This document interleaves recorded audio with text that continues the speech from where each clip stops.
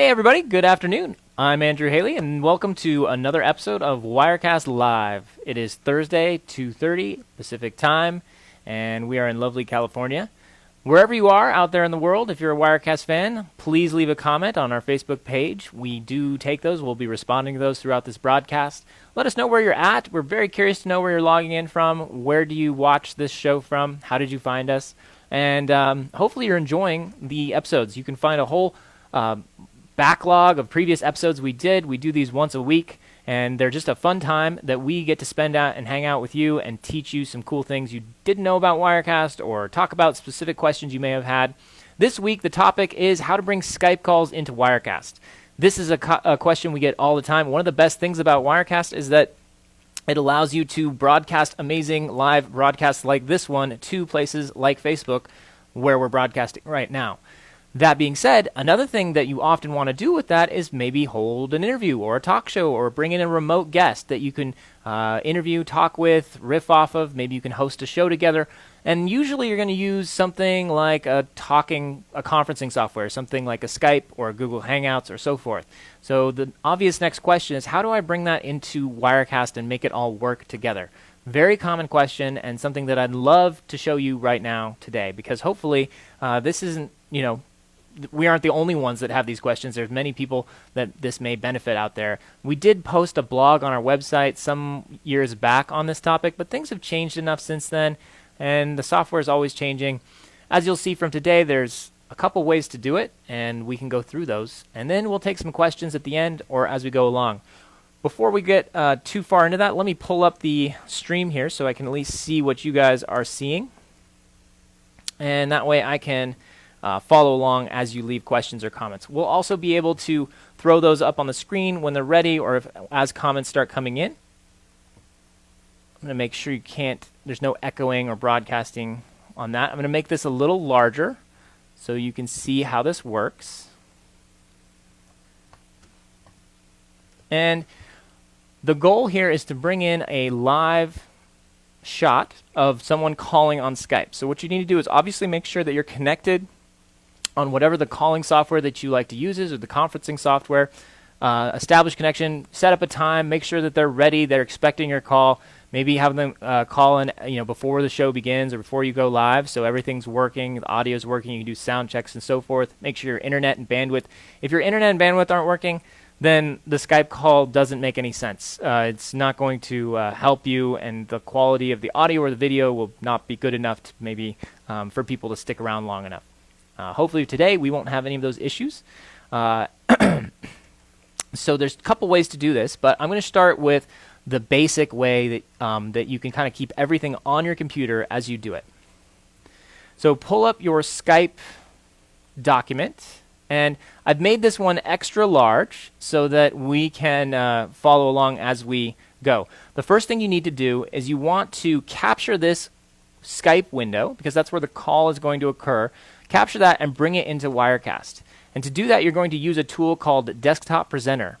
And that can be found on let's do this here. It can be found on any of the layers using the small computer icon. If you hover over that, you click on it, it will ask you if you want to make a new local desktop presenter or a new remote desktop presenter.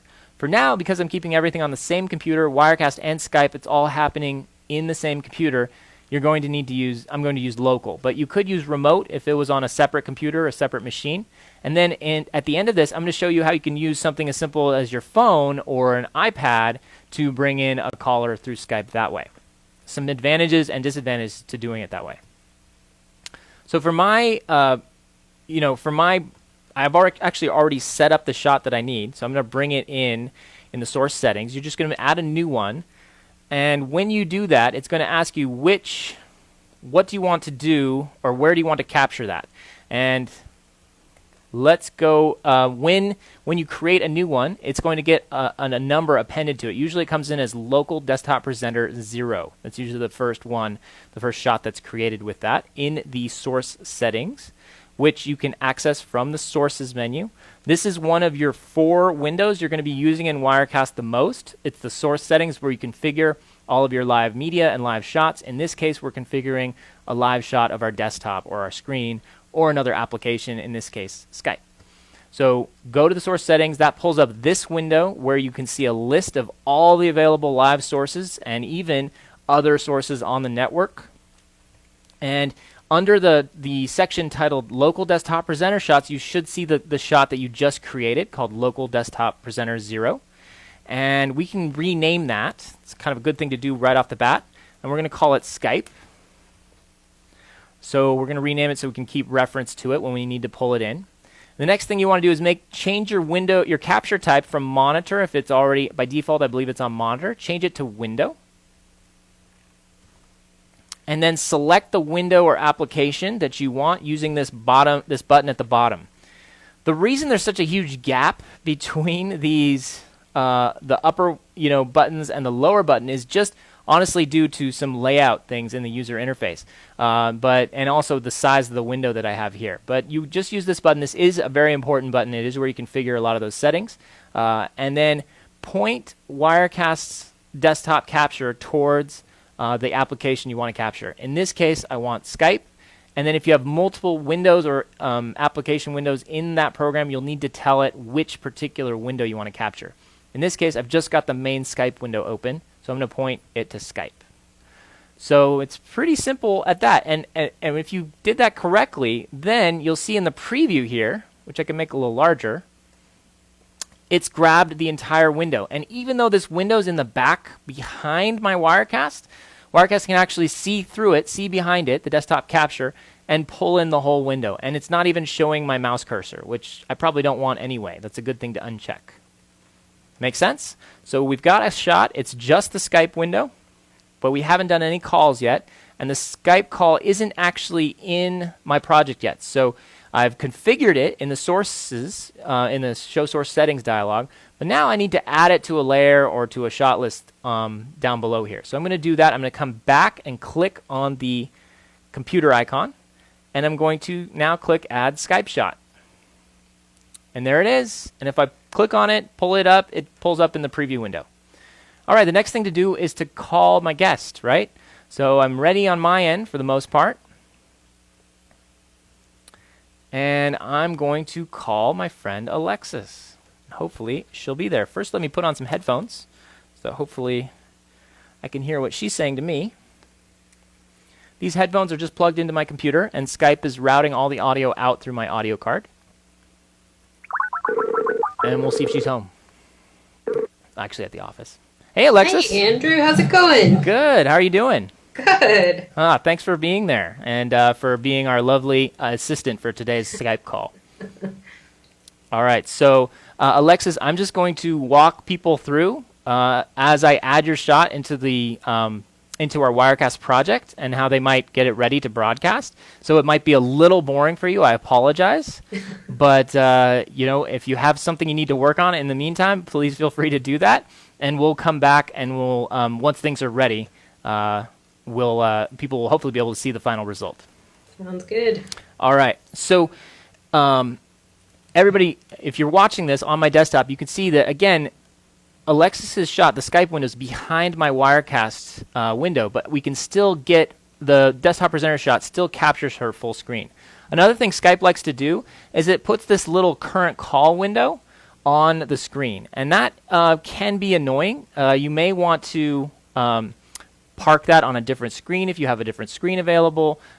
Put it wherever you need to. The main thing it does is it just floats above other applications to remind you that you have an active Skype call going. Obviously, we know that we do, so we don't really need that at the moment. That's just one of the quirks of working with Skype on this. All right, the first thing you'll notice in the desktop presenter shot is that Alexis's shot is the shot's grabbing the entire Skype window, which means it's getting all of the sidebar stuff, the thumbnails, other things, the drawers. It's getting the box around everything. I've made this window extra large so that my return call kind of parks itself down in the bottom, my return video. I don't want the return video showing up in this call. I just want to crop everything down so that Alexis is just full screen. So we're going to do that, and it's actually really easy because Alexis's camera is widescreen. So if you have somebody with a nice webcam, make sure your guest has at least a 1280 by 720 webcam. Then it makes it really easy for me to just resize the whole thing so Alexis can be full screen. And you can see we pretty much got it. Her camera fits really nicely into the Wirecast screen, and without me having to do any cropping or anything. So now I've got a great full screen shot of Alexis and her lovely long hair flowing down her shoulders. And then we've got this is basically our guest full screen shot. So the next thing to do is add my own camera. Now, this camera that you're seeing me on is not going to be the camera that I'm adding to this project because we did not split the signal. I didn't feed it into my laptop that I'm doing all this on. But I can bring in a FaceTime camera, which in theory could be your main camera shot. And so there it is. It's right here. And now I've got two shots I can switch between, both a full screen and another full screen shot. The last thing you probably want to do for interviews is get both of you on the screen at the same time. How do you do that? Very easy. So you're going to duplicate either shot. You can right-click on it and hit duplicate right here. So we're going to duplicate my shot. Now I've got camera A, camera B, and this will be my two-shot camera. I'm going to double-click on it to open it up in the editing window.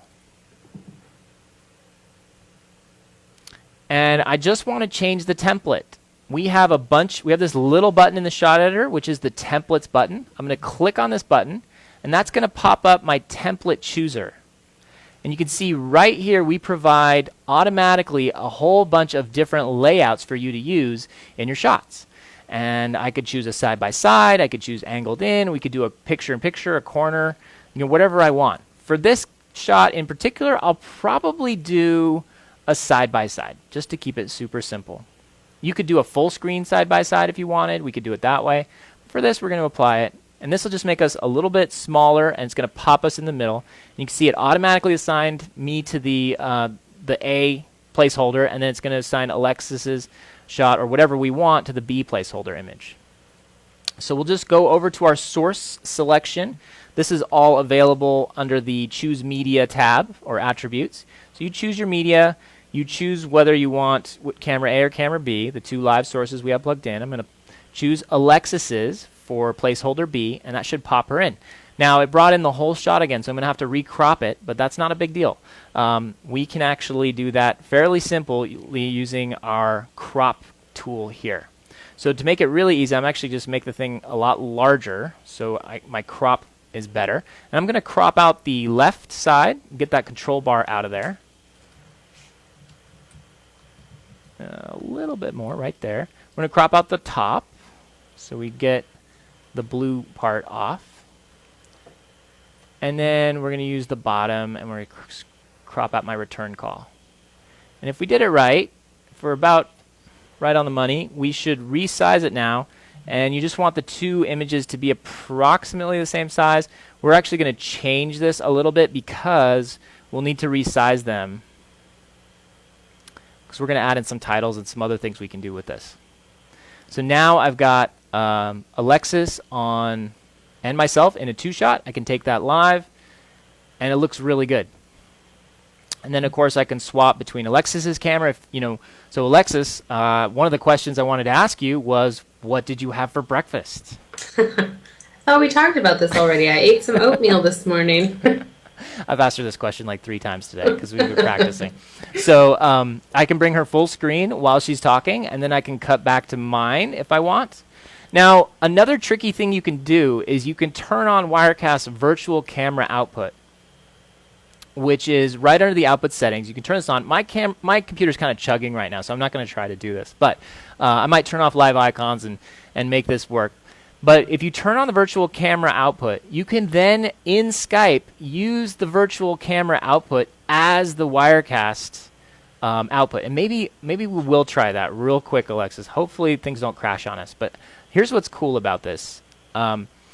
Here's why you do this. If I make it really small, we're going to go a super tiny with this. So hopefully it doesn't push the computer over the edge.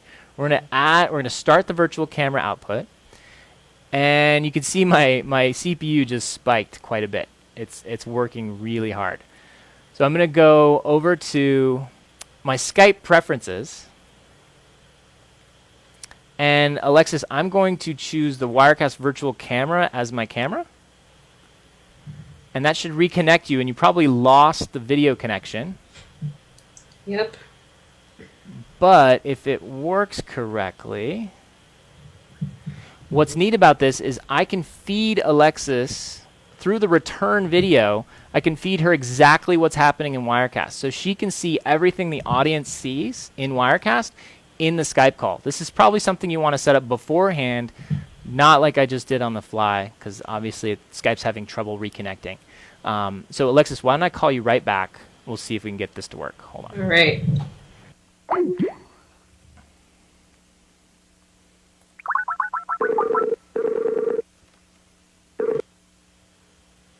All right, is that working now? Still having a spinning a problem. little. One other thing, let's try it one more time. I'm going to hang up one more time, call you right back. And we'll go into the preferences, and it looks like virtual camera's working here, so that's good. The output should be working. Okay.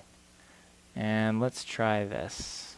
Bring this here. So let's call Alexis back now and see if the virtual camera can feed into Skype.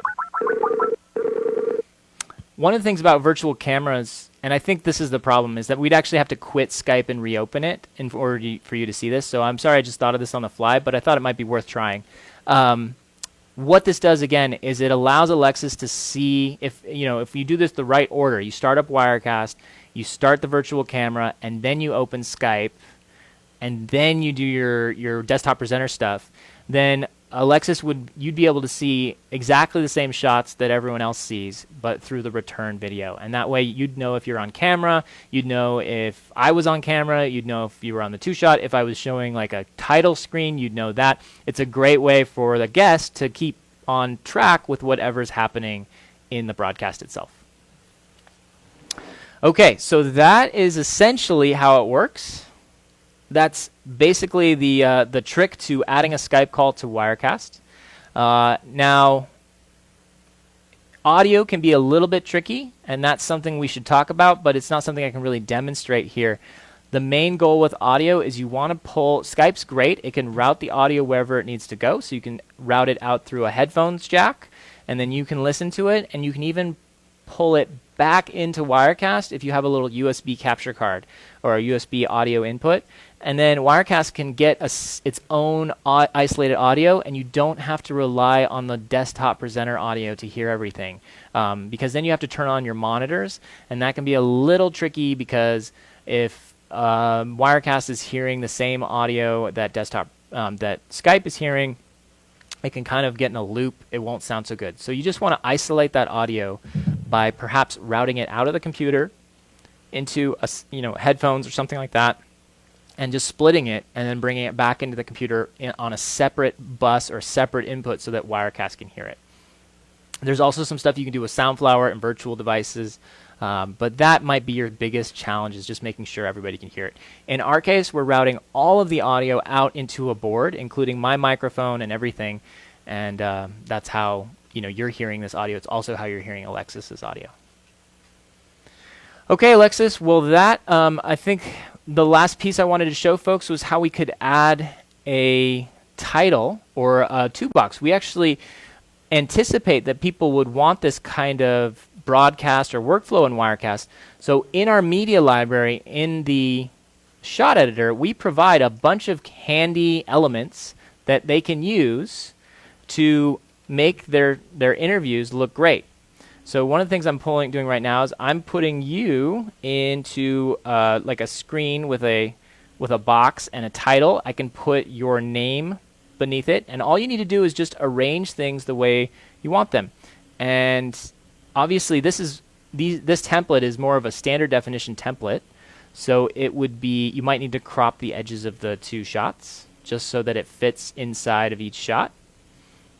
So we can crop Alexis's even more, and then we can crop mine, which is also widescreen, on the left and right. And once you get it the way you want it, I'm not going to spend too much time messing with it at the moment. Just get it organized, get it looking the way you want them to fill the boxes. And then you can even type in some titles beneath. So you have the names of your guest, you have the names of everybody. So Alexis Patton, P8 with 2 T's, right, Alexis? Yep, that's right. All right. And she is one of our social media experts here at Telestream.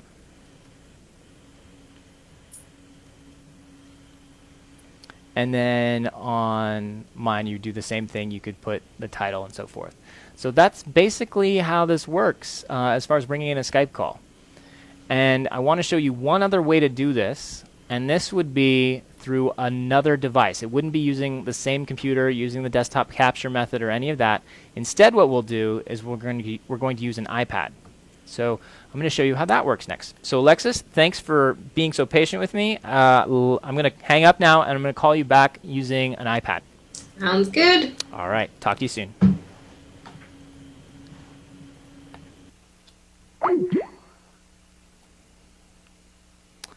Okay, so in this case, with the iPad, things are going to be a little differently. So I'm actually just going to minimize or close the Skype window for now.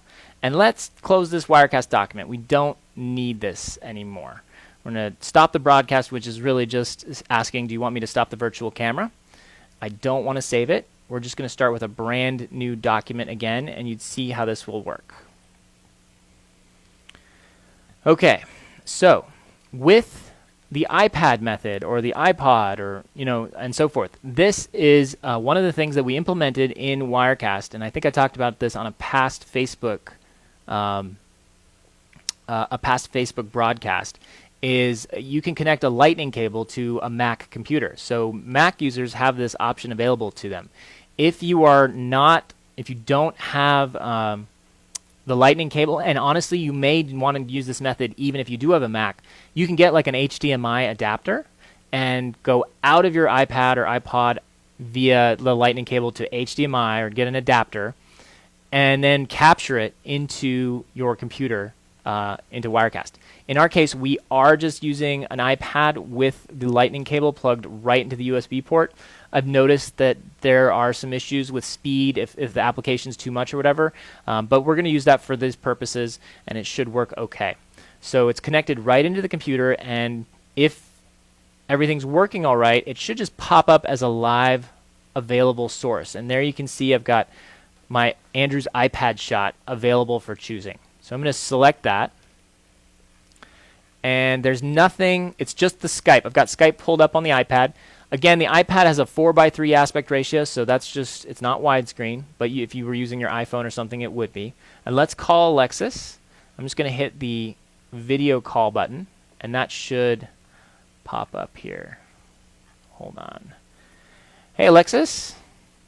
Hi. Hold on. I think I need to refresh this. I'm going to plug in and unplug the iPad shot, because I think we were letting it sit for a little too long. Let's try this, see if it works. We're getting our wheel letting us know that the computer's working.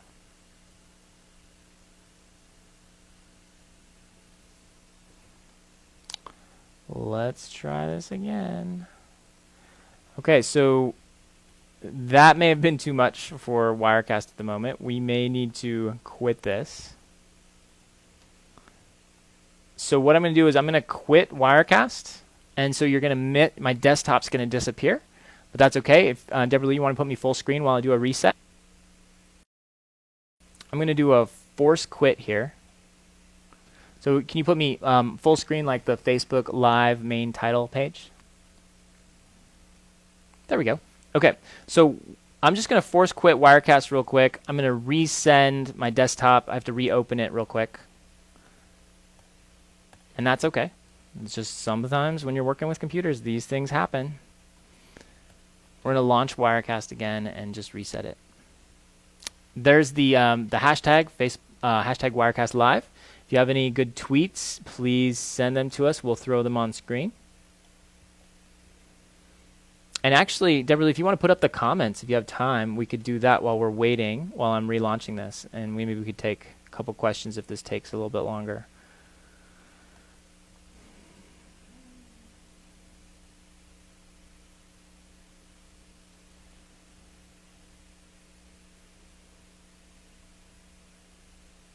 Okay. All right, should be getting my desktop now, which is great. And I'm going to pull this on screen. Actually, I need to start the output. Okay. All right, Alexis, hopefully it's going to work this time. Let's make sure everything's working the way it should.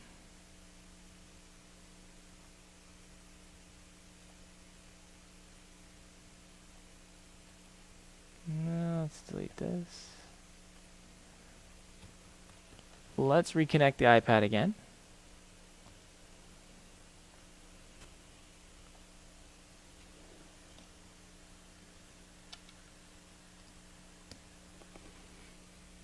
Okay, so the same principles would basically apply. If we can't get this to work, we just can't get this to work. It was working before the show, but as you know, sometimes we might have to restart the computer. Who knows? When the iPad and the computer interact, there's unknown things going on that can happen, and sometimes it can make it a little trickier. Oh, we got it. Okay, so I disconnected the iPad and reconnected. Sometimes that's all you need to do. So Alexis, you can hear me, right? You can hear me? Okay, let me turn on, let me bring you live here. Let's see if the audience can hear you too now. Go ahead. Can you hear me still? I can still hear you. A little quiet, though. It's a little quiet? Okay, that's probably because the microphone's on the iPad, and I'm talking into that. The other thing we're going to notice is that the quality isn't going to be as good because the iPad is on the wireless network. It's not hardwired like we had with the computer screen and desktop presenter shot. So that's, unfortunately, it's also going to be a little bit delayed because we're hearing you through, the Wi-Fi connection. And your audio may take a little longer than mine to reach the audience.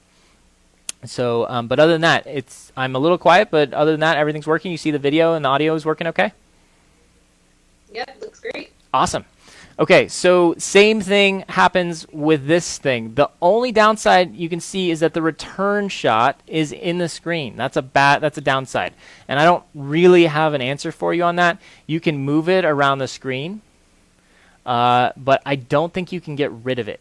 And I don't even think you can shrink or minimize it. You can swap them, which you don't want to do. And but it's just the way the interface works on the iPad. But the same principle basically applies. You're going to add your camera. And in this case, you might want to put the iPad or the iPod right above the camera you're using or right next to them so that when you're talking to your guest, they basically feel like you're talking on the same camera, even though the iPad or the iPhone is going to use the on-camera one. But that's not the one that Wirecast is going to use. And now I've got the two shots. And the last thing to do, again, would be to duplicate one of them. And change the template, just like we did before. And assign each shot to its own placeholder. And then you can do what we did before again. You can go to the library. You can add one of these cool box shots. And you can move these around and resize them as needed.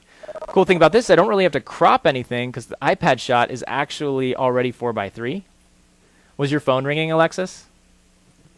I just got an email. An email. Got it. Okay.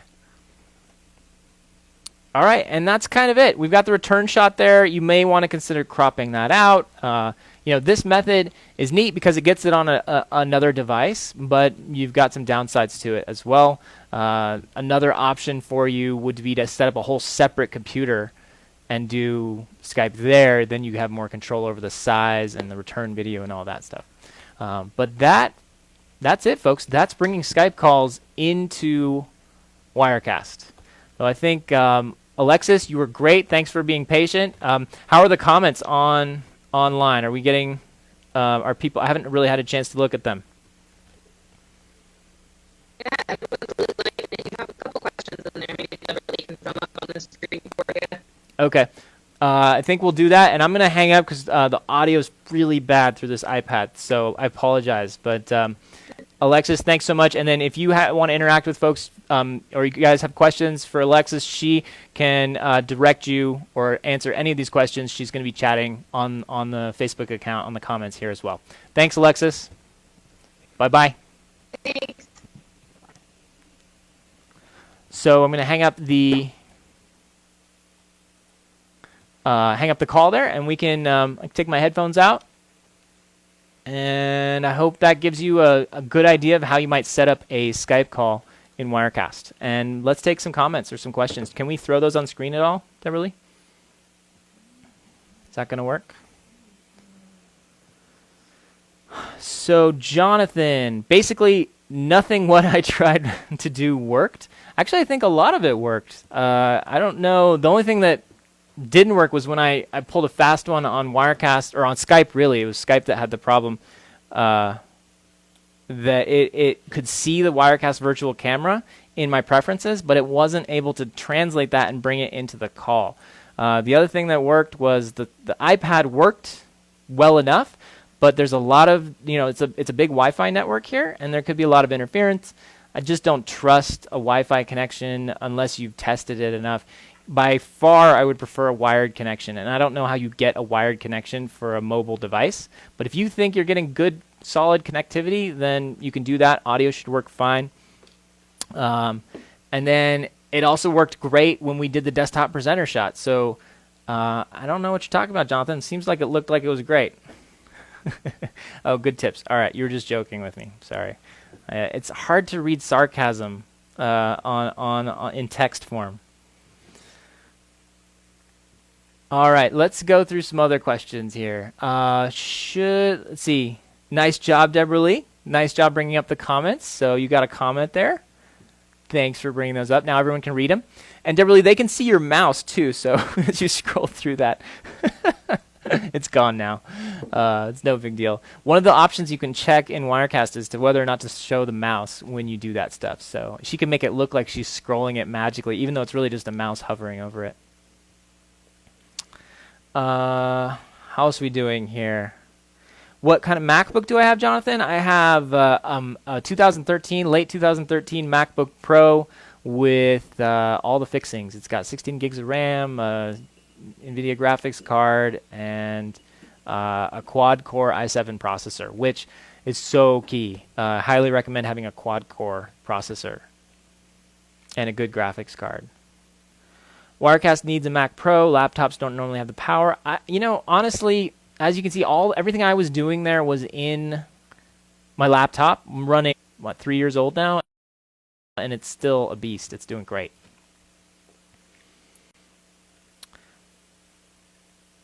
These have helped loads. Matt, I'm glad this helped. And now I've learned how to stream loads of consoles from Xboxes to Game Boy. Yep. That's a great, Wirecast is very good around that stuff. Get a capture card and the world's your oyster. Should be working, the demo effect. Right. I've done a lot of demos and I've run into a lot of demo effects. Let's talk about, let's use this a couple of times. Chuck's. And it works with easy worship. That's great. Audio's working for you guys. That's good. Someone please do something about the audio. So we were having some problems with the audio, looks like.